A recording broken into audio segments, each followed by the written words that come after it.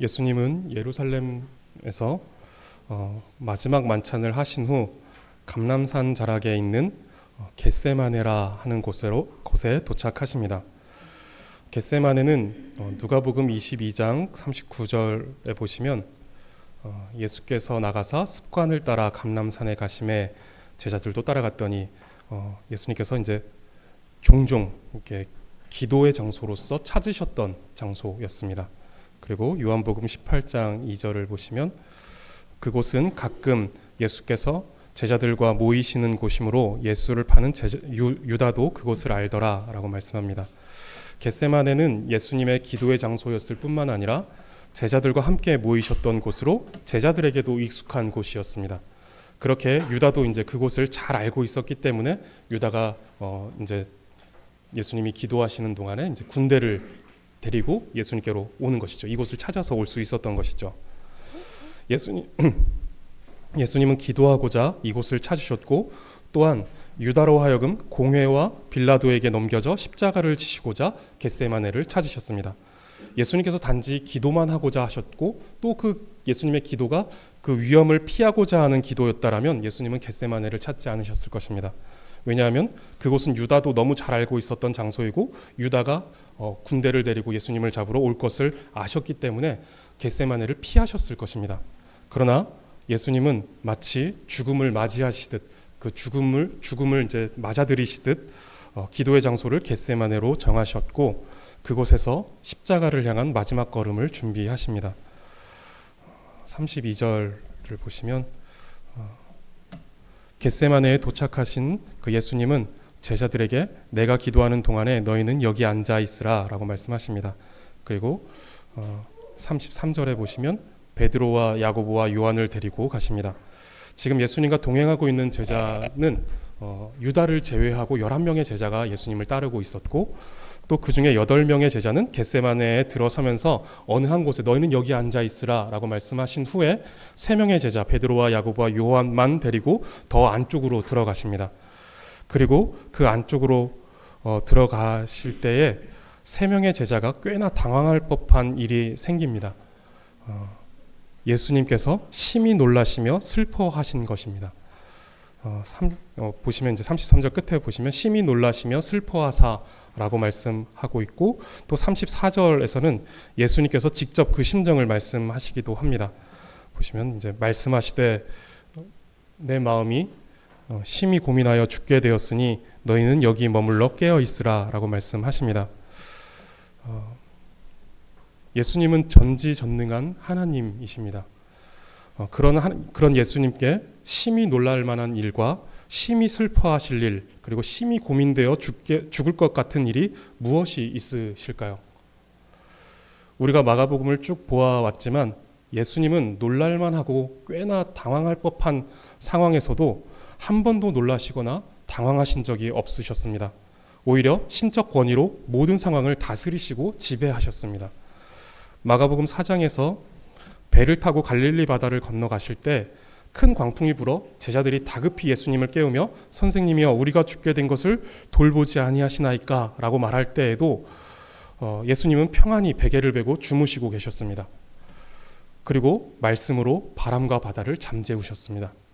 제자들에게 닥친 죽음의 공포가 예수님께는 큰 문제가 되지 않았습니다. 또한 그렇게 바다를 건너가 거라사인의 지방에 배를 대고 내리시는데 그 밤새도록 그 광풍과 싸웠던 그 제자들이 또 그 예수님이 숨을 고를 틈도 없이 내리자마자 저 산에서 그 군대 귀신 들린 그 사람이 소리를 지르며 달려오는데 예수님은 그때에도 당황하지 않으셨습니다. 예수님은 담담히 그에게서 귀신을 쫓아 주십니다. 온 동네와 가족마저도 포기한 군대 귀신 들린 사람도 예수님을 당혹해 하지 못했습니다. 그리고 사랑하시던 나사로가 죽었을 때도 죽음의 소식에 놀라거나 당황하지 않으시고 오히려 그 소식을 들었던 그 장소에 3일이나 더 계시다가 나사로의 시체가 다 썩어서 이제 냄새가 진동할 때쯤에 그곳을 찾아가 죽은 사람을 산 사람처럼 불러내십니다. 나사로야 나오라. 예수님은 죽음을 몰아내시고 생명을 회복시키십니다. 죽음도 예수님께 큰 문제가 되지 않았고 예수님을 놀라게 하거나 예수님을 당혹해 하지 못했습니다. 자연도 영적 권세도 죽음도 그 어떤 것도 예수님을 놀라게 하거나 슬프게 할 수 없었습니다. 왜냐하면 그것들은 예수님을 어떻게 할 수 없었을 뿐만 아니라 모두 예수님의 통치와 지배 아래에 있었기 때문에 그렇습니다. 제자들이 예수님과 함께 했던 3년 동안 제자들이 보아온 것도 이런 예수님의 권세와 능력이었습니다. 늘 이것에 제자들은 놀라고 또 제자들은 감탄했습니다. 그렇기 때문에 오늘 예수님의 이 낯선 모습, 두려워하시고 놀라시고 슬퍼하시고 고민하시는 이 낯선 모습은 제자들을 충분히 당황하게 할 만한 모습이었습니다. 33절에 놀라시며 라는 표현은 이제 크게 놀라다라는 의미도 되는데 그냥 깜짝 놀라는, 크게 놀라는 이 정도의 의미도 되는데 훨씬 강하게도 사용되는 표현입니다. 이 표현은 압도적인 충격을 받아 존재 자체가 흔들려 버리는 상태로 이제 굉장히 강도 높은 두려움과 충격을 가리킬 때 사용됩니다. 그리고 슬퍼하사라는 표현도 단순히 어떤 슬픔의 감정이 아니라 극도의 근심으로 견딜 수 없는 내적 압박을 받는 것을 가리킵니다. 그래서 누가복음 22장 44절에서는 겟세마네에서의 예수님의 모습을 묘사하면서 이렇게 말씀합니다. 예수께서 힘쓰고 애써 더욱 간절히 기도하시니 땀이 땅에 떨어지는 핏방울 같이 되더라 라고 말씀합니다. 이 표현은 실제로 혈안증의 증상으로 극도의 스트레스 속에 모세혈관이 터져 땀이 혈액에 섞여버리는 것으로 이제 그렇게 해석하는 분들도 계시고, 또는 땀이 핏방울처럼 크고 무겁게 떨어진 것이다 라고 이게 보기도 합니다. 이렇게 이것이 실제 피가 섞였다, 아니면 그만큼 극도의 스트레스 가운데 계셨다라고 하는 이런 해석이 있는데, 어떤 해석이 되었든 이 상황에서 분명한 것은 예수님께서 지금 겪고 계신 상태는, 즉 놀라움과 슬픔, 죽을 것 같은 그 고민이라고 번역되어 있는 겟세마네에서의 예수님의 상태는 극도의 충격과 또 압박의 상태라는 것을 이제 우리는 알 수 있습니다. 예수님은 앞서 말씀드렸듯이 전지전능한 하나님이십니다. 그런데 그리고 한 번도 어떤 상황에 놀라거나 당황하시기보다 오히려 상황을 다스리시고 지배하셨던 분이신데, 오늘 본문에서 예수님은 무엇 때문에 이토록 놀라고 슬퍼하신 걸까요? 무엇이 하나님이신 예수님을 고민하여 죽을 것 같은 괴로움 가운데로 몰아넣으신 것일까요? 심히 고민하여 죽게 되었다라고 하는 이 말은 어떤 슬픔, 괴로움, 고통, 이것이 예수님을 둘러덮었다라는 표현입니다. 그러니까 예수님이 무엇 때문에 이런 괴로움 가운데 둘러싸여서 이런 괴로움 가운데 계셨을까요? 전능하신 하나님이신데 무엇도 두려울 것도 없고 놀라실 만한 것도 없는, 모든 것을 또 알고 계시는 하나님이신데 무엇이 예수님을 이렇게 괴롭게 하였을까요? 이것은 예수님의 기도에서 확인할 수 있습니다. 35절을 보시면 예수님은 3명의 제자들이 있는 곳에서 조금 더 나아가십니다. 그러니까 겟세마네에 들어오시면서 8명의 제자를 놓으시고 3명의 제자를 더 데리고 조금 더 들어오셨다가 예수님은 조금 더 들어가시는 것이죠. 누가복음 22장 41절을 보시면 그들이 떠나 돌 던질 만큼 가서 무릎을 꿇고 기도하여 라고 말씀하는데, 돌 던질 만큼의 거리를 두고 기도하셨다라는 것입니다. 제자들과의 거리가 그 돌 던질 만큼의 거리였다라는 것인데, 이 거리는 건장한 남성이 또 자기의 손에 딱 들어올 만큼의, 던지기 좋을 만큼의 돌을 들고 힘껏 던져서 떨어질 만한 그 장소를 말하는 것이 아니라 그냥 가볍게 툭 던질 만한 거리였다라는 것이죠. 그러니까 여기서 말하고자 하는 것은 멀지 않은 거리에서 기도하셨다라는 것을 말하는 것입니다. 이 말씀이 무엇을 알려주고자 하는가 하면 예수님의 기도 소리가 제자들의 귀에 들렸다라는 것입니다. 그럼 예수님은 이제 조용히 속으로 기도하지 않으셨겠죠. 히브리서 5장 7절 말씀을 보시면 이날 예수님께서 어떤 모습으로 기도하셨는지 말해주는데, 새번역 성경으로 보시면 예수께서 육신으로 세상에 계실 때에 자기를 죽음에서 구원하실 수 있는 분께 큰 부르짖음과 많은 눈물로써 기도와 탄원을 올리셨습니다. 하나님께서는 예수의 경외심을 보시어서 그 간구를 들어주셨습니다. 대부분의 학자들은 이 내용이 이 말씀이 겟세마네에서의 기도를 배경으로 한다라고 말합니다. 보시면 이제 큰 부르짖음으로 기도하셨다라고 말씀하고 있습니다. 예수님은 지금 극도의 괴로움 가운데 큰 소리로 부르짖어 기도하십니다. 제자들은 가까이에서 그 예수님의 절규를 다 듣고 있는 것이죠. 물론 제자들은 그 절규하는 기도를 들으면서도 잠만 자고 있습니다. 이 내용은 이제 우리가 다음 주에 살피려고 합니다. 예수님은 제자들과 그리 멀지 않은 곳에서 큰 소리로 부르짖어 기도하십니다. 그것을 제자들이 다 들었으니 오늘 본문에 예수님의 기도의 내용이 기록될 수 있고, 요한복음 17장인가요? 거기서는 이제 굉장히 길게 예수님의 기도가 이제 기록되고 있죠. 예수님은 어쩌면 이 세 명의 제자들로 하여금 예수님께서 겪은 이 고난, 이 괴로움을 직접 목격하게 하시기 위해 데려가신 것으로 보입니다. 왜냐하면 예수님의 이 기도는 예수님의 죽음의 무게가 어떠하며 예수님께서 어떤 순종을 하셨는지, 그것으로 인하여서 예수님께서 어떻게 교회를 사랑하셨는지, 성도를 사랑하셨는지를 알 수 있게 해주기 때문이고, 이것은 이후에 교회에 전달되어야 할 중요한 복음의 내용이었기 때문에 예수님은 제자들을 가까이 두신 것으로 보입니다. 그리고 35절에서 이제 예수님의 기도의 내용을 말씀합니다. 마가가 요약하기는 될 수 있는 대로 이때가 자기에게서 지나가기를 구하셨다라고 말씀합니다.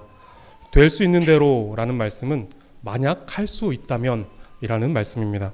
이것은 하나님의 능력을 의심한 것이 아니라 극심한 고통과 괴로움 가운데 있는 자신을 돌아봐 달라는 호소이고 절규였던 것입니다. 그렇게 하신 호소는 이때가 자기에게서 지나가게 해달라라는 것이었습니다. 이때는 이제부터 시작될 고난과 십자가의 죽음의 때를 말합니다. 그 일련의 시간들이 너무 괴로워 피하고 싶은 마음을 표현하신 것을 마가가 이제 요약하고 있는 내용이 이것이죠. 그리고 이제 36절에 예수님의 기도가 나옵니다. 이르시되 아빠 아버지여, 아버지께는 모든 것이 가능하오니 이 잔을 내게서 옮기시옵소서. 그러나 나의 원대로 마시옵고 아버지의 원대로 하옵소서 하시고, 예수님은 너무 괴로워 하나님께 아빠 아버지여, 아버지께는 모든 것이 가능하오니 이 잔을 내게서 옮기시옵소서라고 기도하십니다.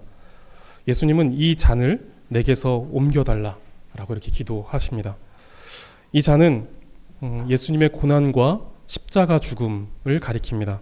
그런데 그것이 단지 매를 맞고 채찍을 맞아 살점이 뜯겨져 나가고 면류관의 가시가 예수님의 머리를 뚫고 손목과 발목에 못이 박힌 채 그 못에 의지하여 십자가의 6시간을 달려 모든 물과 피를 흘리시며 죽으신 것, 이러한 육신의 고통만을 말하는 것은 아닙니다. 우리가 십자가를 묵상해 할 때 보아야 할 예수님의 고통의 본질은 그것이 아니다라는 것입니다. 물론 그건 역시 참 사람이셨던 예수님께 큰 고통이었을 것이고 예수님께서 짊어지셨던 고통의 무게 가운데 하나였을 것입니다. 그런데 예수님의 그께서 겪으신 그 고통의 본질은 그것이 아니었습니다. 예수님께서 단 한 번도 갖지 않으셨던 놀라움과 슬픔을 가지신 이유는 그러한 인간적 고통은 아니었습니다. 만약에 예수님이 가지셨던 고통의 본질이 단지 그 인간적인 고통, 육신적 고통이었다라고 한다면 담대히 순교한 제자들이나 굶주린 사자의 밥으로 던져지면서도 죽음을 두려워하지 않았던 순교자들을 생각해 본다면 예수님의 모습은 도무지 이해할 수 없는 연약함입니다. 초대교회 교부였던 폴리캅은 86세의 나이로 화형에 처해지는데 배교를 강요하던 로마 총독에게 이렇게 말했다라고 합니다. 나는 86년 동안 그분을 섬겼으나 그분은 한 번도 나를 배반한 일이 없소. 그런데 내가 어떻게 나를 구원하신 나의 왕을 모독할 수 있겠소? 라고 말했다고 합니다. 담대하게 그 죽음을 받아들이는 것이죠. 하나님이 나를 한 번도 배반한 적이 없고 나를 버리신 일이 없는데 내가 어떻게 지금 와서 하나님을 배반하겠소? 나는 그렇게 할 수 없다 라고 말하면서 그 죽음을 받아들인 것이죠. 종교개혁 당시에도 많은 순교자들이 있었는데 그 가운데 휴 라티머라는 분은 니콜라스 리들리라는 분과 함께 화형을 당하면서 이렇게 말합니다. 리들리 형제여, 안심하고 대장부답게 행동합시다. 우리는 오늘 하나님의 은혜로 영국에 결코 꺼지지 않을 촛불을 켜게 될 것이오. 자신들의 몸이 불타는 것, 그것이 하나님의 나라를 하나님의 은혜로 이제 결코 꺼지지 않는 촛불이 되어 영국을 밝힐 것이다 라고 이렇게 말하는 것이죠. 죽음 앞에서 그렇게 담대하게 말할 수 있었던 것입니다. 기독교 역사상 수많은 순교자들이 있었고 그들은 이렇게 담대히 고난과 죽음을 받아들였는데 예수님은 어째서 이렇게까지 두려워하고 극심한 압박과 괴로움을 느끼셨을까요? 예수님께서 피하고 싶었던, 그래서 하나님께 아버지는 모든 것이 가능하오니 이 잔을 내게서 옮기시옵소서라고 부르짖었던 그 잔은 무엇을 가리키는 것이었을까요? 우리는 이것을 이제 알아야 예수님의 이 절규, 예수님의 고통, 괴로움, 이 두려움, 이것을 이제 우리는 이해할 수 있게 되는 것이죠. 단지 육신적 고통이었다라면 그 담대히 죽어간 순교자들보다 예수님 더 연약한 모습을 보이신 것이기 때문에 이렇게 해서는 우리가 이해를 할 수가 없습니다. 구약에서 잔은 시편 23편에서와 같이 내 잔이 넘치나이다 라고 하는 축복의 잔을 가리키는 경우도 있지만 많은 경우 진노의 잔을 가리키고 있습니다. 잔은 하나님의 심판과 진노를 마시는 것을 의미합니다. 예레미야 25장 15절을 보시면 이스라엘의 하나님 여호와께서 이같이 내게 이르시되 너는 내 손에서 이 진노의 이 술잔을 받아가지고 내가 너를 보내는 바 그 모든 나라로 하여금 마시게 하라 라고 말씀합니다.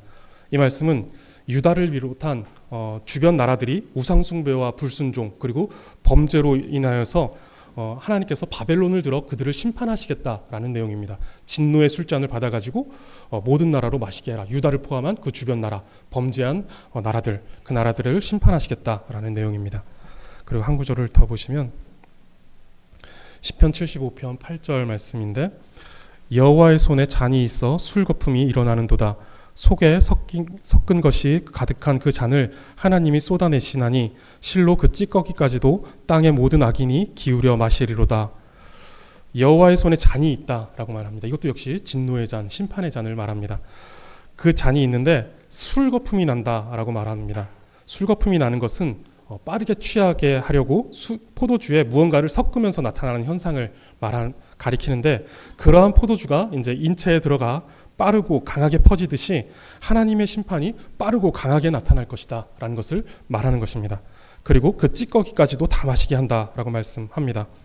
하나님의 맹렬한 진노가 조금도 남김없이 다 쏟아 부어질 것을 말씀하십니다. 그리고 그것이 땅의 모든 악인에게 부어질 것이다. 하나님께 불순종하고 하나님 앞에 범죄한 모든 악인들에게 다 부어질 것이다 라고 말씀합니다. 아담의 범죄로 말미암아 타락한 모든 인류는 모두 이 잔을 받아들고 있습니다. 다 이 진노의 잔, 하나님의 그 심판의 잔을 다 받아들고 있다라는 것이죠. 히브리서 9장 27절은 한 번 죽는 것은 사람에게 정해진 것이요 그 후에는 심판이 있으리니 라고 말씀합니다. 아무것도 인지하지 못하는 갓난아기나 지적장애인이나 세상에서 가장 착하고 선한 사람이라 할지라도 누구도 예외 없이 다 죽음 앞에 서게 됩니다. 그리고 심판을 받게 되는데 그때 예수 그리스도의 대속하신 은혜를 받지 못하면 모두 자신이 가진 죄의 값을 스스로 짊어지고 스스로 그 죄값을 치러야 합니다. 그리고 그 죄의 값은 영원한 무기징역입니다. 영원토록 날마다 그 죄값을 받으며 죽지도 못하는 지옥에서 고통과 괴로움, 미움과 원망, 분노와 절망을 무한히 반복하며 비참하고 처절하게 살아가야 합니다. 그리고 무엇보다 거기에서는 하나님과 철저한 단절 속에 살아가게 됩니다. 우리는 하나님의 영광을 위해 창조된 존재들입니다. 존재의 목적이 하나님께 있는데 그 목적을 영원토록 잃어버린 채 살아간다라는 것입니다. 목적 없이 산다는 것이 어떤 것일까요? 그냥 대책 없이 사는 것, 망나니같이 사는 것, 이런 느낌일까요? 살아갈 이유가 뭔지 알게 되었는데 그 이유를 영원히 잃어버린 고통, 그런 고통은 어떨까요? 지옥에서 겪는 고통에 비할 수 없겠지만 예를 한번 들어본다면 너무너무 사랑하는 사람과 결혼을 해서 사랑스러운 자녀를 얻어 삶의 가치와 행복이 무엇인지 이제 알게 되었는데 어느 날 갑작스러운 사고로 모든 가족, 배우자도 죽고 자녀도 다 죽어버리고 나 혼자만 남게 되었다라면 어떨까요? 너무너무 사랑하는 가족이 나의 삶의 목적과 나의 행복이 되었는데, 그런데 어느 날 다 사라져 버린다면, 그래서 내가 갖고 있는 어떤 목적이 무엇인지 아는데, 그런데 이제 그것을 잃어버린 고통. 지옥은 우리가 하나님의 영광을 위해 창조되었고 하나님으로부터 오는 기쁨과 감사의 가치와 의미, 그 행복까지 다 알게 되었는데 그 하나님과 단절되는 것입니다. 우리는 죽으면 지옥에 가든 천국에 가든 우리의 존재의 목적이 무엇인지 분명히 알게 될 것입니다. 그 심판대 앞에 서서 우리가 하나님을 위해서 창조되었구나 라는 것을 우리는 분명히 알게 될 것인데, 그러나 지옥으로 가게 되면서 그 분명히 알게 된 그 목적을 우리는 목적과 완전히 단절돼 버린, 그 목적을 완전히 잃어버린 상황 속에서 그 괴로움 속에 살아가게 될 것입니다. 돌이킬 수도 없고 다른 대안도 없고 소망도 없이 영원토록 그 상태에 머무는 것입니다. 목적을 잃어버린 그 상태 속에서 영원토록 이 땅에서의 삶을 후회하고 원망하고 분노하며 괴로워하겠죠. 이것이 너무 가혹하다 여겨져서 영혼 멸절설을 말하는 사람들도 있습니다. 영원한 지옥은 없고 천국에 가지 못하는 사람의 영혼은 그냥 죽으면서 사라져버린다, 심판을 받아서 사라져버린다라고 믿고 싶은 것입니다. 그러나 성경은 그렇게 말씀하지 않습니다. 아무리 피하고 싶고 외면하고 싶어도 영원한 지옥은 명백한 현실입니다. 성경이 말씀해 주고 있는 분명한 현실입니다. 정말 상상하기도 싫지만 한번 이것을 상상해 보시기 바랍니다. 성도님들이 이러한 지옥에 가게 된다면 어떠실 것 같습니까? 영원토록 하나님과 단절되어서 정말 내가 살아가야 될 목적이 무엇인지 아는데 그것을 추구하며 살아갈 수 없고, 그것을 추구한다 할지라도 아무런 의미가 없고 공허해져 버리는 그 상황 속에서 영원히 살아가는 것, 그때 오는 그 공허함, 그 괴로움, 그 고통, 그 절망, 절규, 그것이 조금도 해소되지 않는, 오히려 그것이 계속해서 쌓여만 가는 그런 지옥에서 살아가는 그 지옥에 가게 된다면 어떠실 것 같습니까?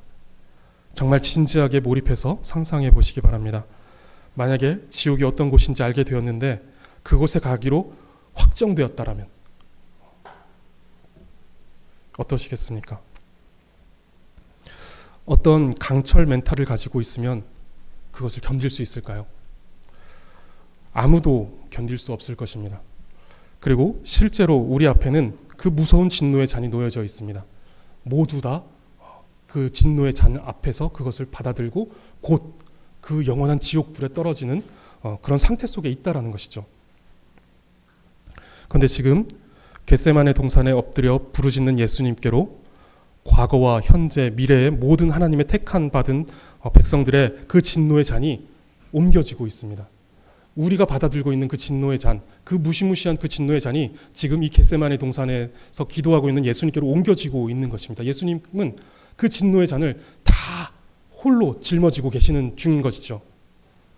이제 그것을 짊어지고 십자가를 지고 그 골고다 언덕을 올라가시겠죠.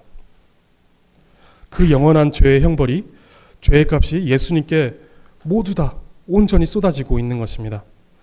조금도 남지 않고 그 찌꺼기까지 다 쏟아 부어지고 있는 것이죠. 우리는 우리 한 사람의 죄값도 감당할 수 없을 만큼 두렵고 괴로운데 그 모든 죄의 형벌과 죄값이 예수님께로 모두 옮겨지고 있는 것입니다. 예수님은 홀로 수많은 사람들의 무한히 영원한 분량의 진노를 짊어지시는 것입니다. 순교자들이 만약에 지옥을 가는 것이 확정되어 있었다면 그렇게 담대하게 죽지 못했을 것입니다.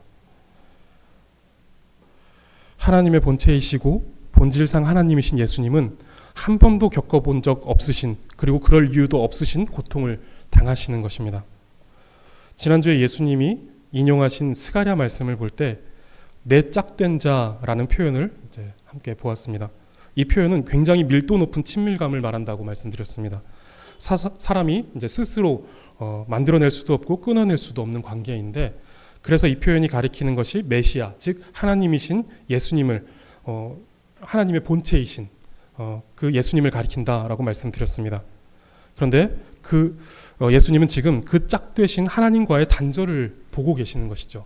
이제 그 죄의 짐들을 다 짊어지시면서 하나님과 단절되는, 그리고 그 영원히 하나님과 단절되는 그 사람들의 고통을 보시는 것입니다. 우리가 겪을 그 고통을 오롯이 홀로 다 짊어지시며 괴로워하시고 슬퍼하시는 것입니다. 그것이 도무지 감당이 되지 않는 무게여서 아버지께는 모든 것이 가능하오니 이 잔을 내게서 옮기시옵소서라고 부르짖고 계신 것입니다. 다른 방법을 생각해 볼 수 있지 않느냐.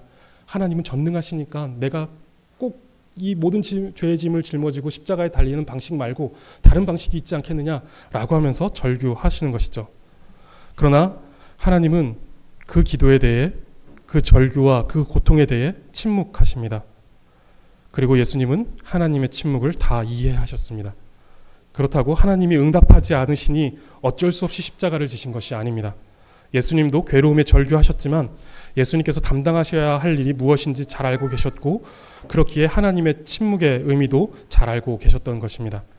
그래서 예수님은 이제 기도를 바꾸시죠. 그러나 내 원대로 마시옵고 아버지의 원대로 하옵소서. 우리는 예수님이 당하신 고난, 겟세마네에서 겪으신 이 괴로움을 깊이 묵상해야 합니다. 예수님께서 3명의 제자를 가까이 두신 이유는 교회가, 성도가 그리스도의 피로 값주고 사셨다라는 것이 어떤 의미이고 그것이 어떤 무게와 가치인지를 알게 하시기 위함이다라고 생각합니다.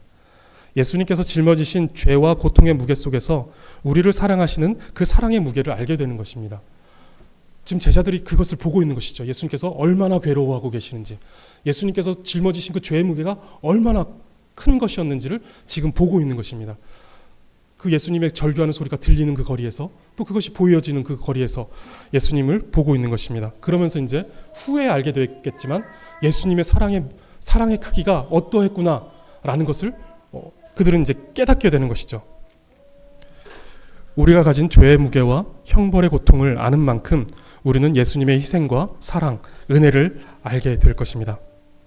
그러나 내 원대로 마시옵고 아버지의 원대로 하옵소서라고 기도의 방향을 꺾으시는 그 힘은 우리를 향하신 예수님의 사랑에 있습니다.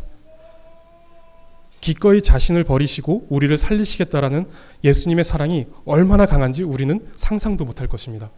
그냥 이 잔을 옮기시옵소서라고 기도를 끝내실 수도 있는데, 우리를 너무 사랑하시기 때문에 그러나 라고 하면서 아버지의 뜻대로 하옵소서, 내가 이 모든 짐을 짊어지게 하시고 또 십자가에서 모든 죄를 대속하는 그 피를 흘리게 하옵소서, 죽게 하옵소서라고 기도하게 되시는 것이죠.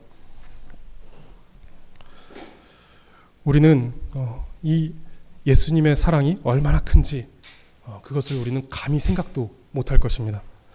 다만 성경을 통해 표현해 주시는 말씀들을 통해 우리는 확인하지만, 예수님의 사랑이 얼마나 크신지, 예수님이 우리를 어떻게 사랑하시는지 그것을 우리는 확인하지만, 그마저도 감상에 빠져 예수님께서 감당하신 사랑에 비해 한없이 얕은 수준에서 그 예수님의 사랑을 우리는 이해할 때가 많이 있습니다. 요한복음 3장 16절 보시면, 하나님이 세상을 이처럼 사랑하사 독생자를 주셨으니 이는 그를 믿는 자마다 멸망하지 않고 영생을 얻게 하려 하심이라. 이처럼 사랑하셨다라는 것은 이만큼 사랑하셨다라는 것이 아니라 14절을, 그 앞에 있는 14절을 보시면 이런 말씀이 나옵니다. 모세가 광야에서 뱀을 든 것 같이 인자도 들려야 하리니 이처럼 사랑하셨다라는 것입니다. 즉 하나님을 원망하다가 불뱀으로 징벌을 받을 때 놋뱀을 만들어 장대에 걸어놓고 그것을 쳐다보는 자는 살리신 것처럼, 저주를 받아 나무에 달리신 예수님을 보는 자는 살리신다는 것입니다. 하나님께서 자기 아들에게 저주를 쏟아부어 십자가에 죽이시면서까지 살리실 만큼 세상을 사랑하셨다라는 것입니다. 하나님의 사랑은 연인들이 나 얼만큼 사랑해? 이만큼 사랑해 라고 하는 이런 유치한 로맨스가 아니라는 것이죠.